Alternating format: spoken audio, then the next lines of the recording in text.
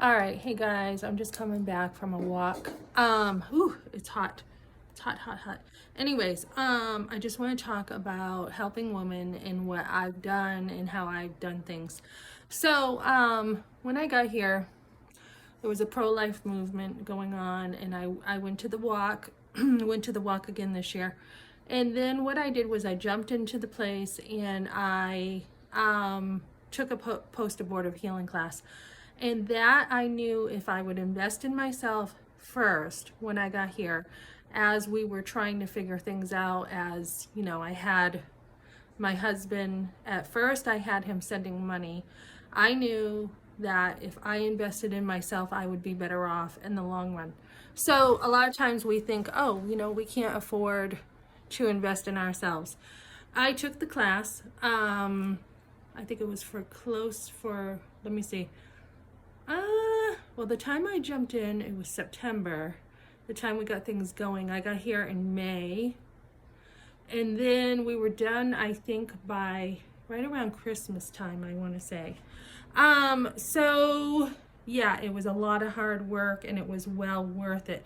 But I think by then, I'm trying to think, maybe it was a little sooner. Yeah, it might have been a little sooner. And then as I've invested in myself, even after they had an aftercare class, I think it was August it started. They had an aftercare class, which I took a couple of those for after you heal. And then let me think. Still working on some things. Like I said in my last video that's coming up here, it's still uploading. I did a lot of different things. Stay on your feet and do different things. So as I'm still healing after, being in New Hampshire, and that class that I took in New Hampshire kind of opened up, a can of worms, so to say, and I needed to finish it. It was something that I needed to do, and I did, and I'm very proud of that. And I got to grieve my baby and everything. So I'm not using that as a soapbox for my channel. As somebody said, I'm actually using everything I've gone through so it's not wasted. I'm using it to help others. I did apply to a pro-life organization, and I'm waiting to hear from them. But meanwhile, I am very motivated. And meanwhile, I went to a low-paying job, and I just got hired, and I start tomorrow. And that's for consistency. If you watch kids, they are very consistent in a teenage job where they have low pay and they're trying to get some skills under their belt. So I have a lot of skills. It was easy for me to get this job. I'm a homeschool mom, military mom, So anyways, I did that today. I also am going to be investing in myself. I've applied to a high-class restaurant, so I will be looking at doing that. I will probably end up with 3 or 4 jobs, possibly. I think 4. And then I have another thing on the back burner that looks like I can probably do. So don't be afraid. Once you have invested in your family, I put them first. I made sure my boys had stability first. Made sure my son had the help to save up for a car and be totally stable, because his dad wouldn't pay for a title to get his car over here. He left us, totally left field, totally left us in another state, and I have not traveled. So for me, that was like a whole nother world for me to be here. But I'm not complaining, because when you watch TV and you see other people who, they've gone from one country to another, or like the movie Sound of Freedom yesterday, you see these kids taken, you see them having to adjust, you see, people in life having to adjust. Trials happen, things happen, so you need to accept it and adjust. So I will be investing in myself now even more, and don't be afraid to do that. Don't be afraid to humble yourself and say, okay, like for over here, a lot of the programs, we just got some more help, but a lot of the programs are closing now.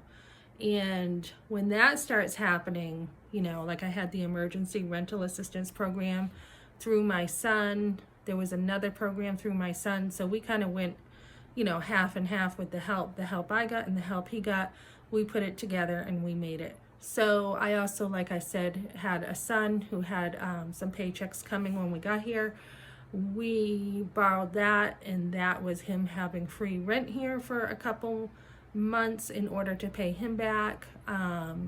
My son then got work, so there was like different, you know, borrowing money or whatever, different things to make it.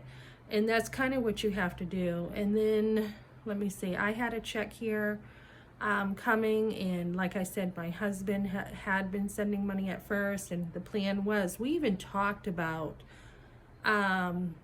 you know, saving up while I'm here and being very frugal so that we could get some land together. And that was the plan. I have tons of emails and stuff from real estate agents of looking for land when I was over here, and not only taking care of my son, helping to take care of my son whose wife walked away, but all my issues, plus trying to work with my husband when he didn't want to, and figure out how, you know, we could make things work where we couldn't find housing. So, and then I had to deal with divorce stuff too. So now it's just like, okay, what do you need, Melissa? Time to take care of yourself. Your sons now have stable work. Your husband's divorcing you. So what do you need? So figure out how much you need, basically a month to make it on your own. And then, because my sons, you know, they could be moving or whatever. And then from there, figure out how much you need to save every single month. And from there, take your savings. Once you get going, take your savings and decide where you are going to invest financially. After you invest in yourself, figure out where you're investing. So my first goal right now is an emergency fund. It's not too late to ever start over, start fresh. You know, get an emergency fund going, and that's going to be your biggest resource to help you when things come up. And then from there, figure out where you want your money to go. So that's what I got for now, guys.